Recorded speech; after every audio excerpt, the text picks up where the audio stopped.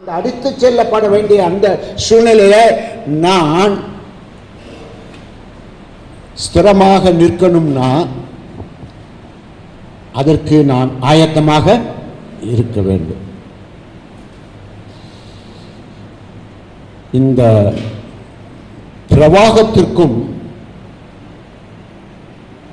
இந்த குதிரை ஓட்டத்திற்கும் இந்த காலாட்டத்து மூன்றையும் சமாளிப்பதற்கு ஒரு காரியம் கர்த்தர் நமக்கு வைத்திருக்கிறார். ஒரு ப்ரொவிஷனை கர்த்தர் வைத்திருக்கிறார். இந்த பிரவாகித்து யோர்தான் பிரவாகித்து எப்பொழுது வந்துச்சு ஒரு பார்த்தோம்ல, யோசுவால பார்க்குறோம்ல. எப்ப இந்த அவங்க வந்து நிற்கிற சமயம் என்னது? வருஷம் வெள்ளம் வருகிற சமயம். அந்த வெள்ளம் வருகிற சமயத்தில் தான் அவங்க என்ன செய்ய வேண்டி இருக்குது? யோர்தானை கடந்து. வெள்ளம் வருகிற சமயத்தில் யோர்தானை கடப்பதற்கு என்ன யுக்தியை கர்த்தர் கொடுத்தார்? உடன்படிக்கையை சுமக்கிற ஆசாரியர்கள். சாதாரண ஆசாரியர் எத்தனையோ பேர் இருந்தாங்க, எத்தனையோ ஆசாரியர் இருந்தாங்க. ஆனா என்ன சொன்னாரு?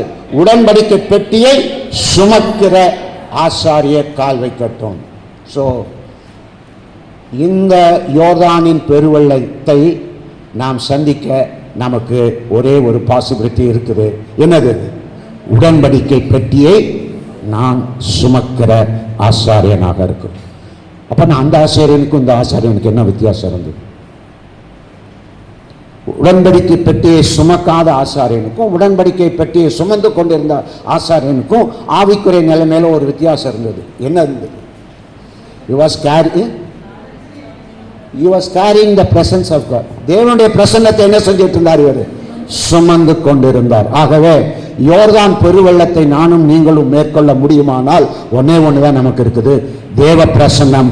நான் சுமந்து செல்லுகிறவனாக நான் அபிஷேகத்தினால் நிறைந்தது மட்டுமல்ல, என்னத்தை இருக்கணும்? தேவ பிரசன்னத்தை சுமந்து செல்லுகிறார். அப்ப நான் போகும்போது தேவனுடைய பிரசன்னம் என்னோட கூட வரணும். அது வரணும் மட்டுமல்ல, தேவ பிரசன்னம் இருக்கின்றதை யார் பார்க்கணும்? மற்றவங்க பார்க்கணும்.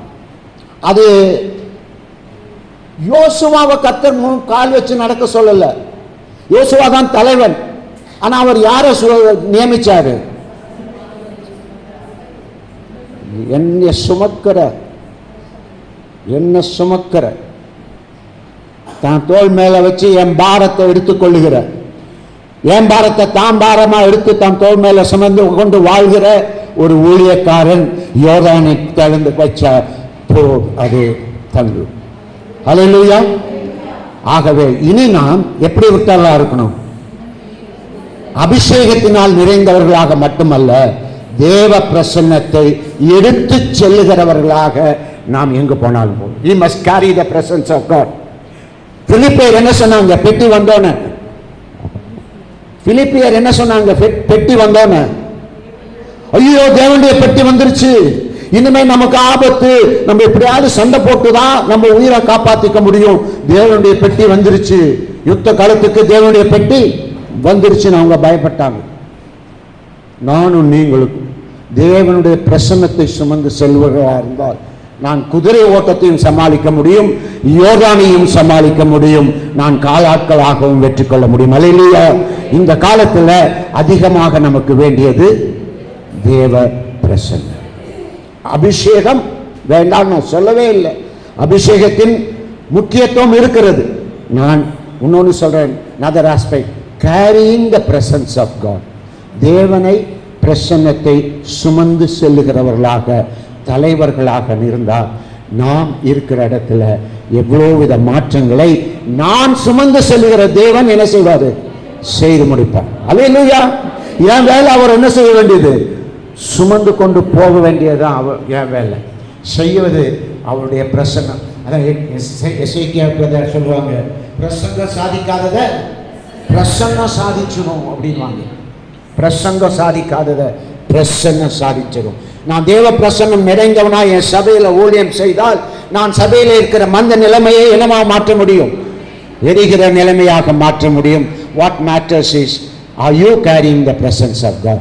God has given us a provision. அவர் வெறுமனவே இல்லை, நமக்கு ஒரு இந்த சவாலை சமாளிப்பதற்கு ஒரு வழியையும் அவர் காண்பிக்கிறார். அதுதானே கர்த்தர் சொல்றார், அவர் நமக்கு வழியையும் காண்பிப்பார்.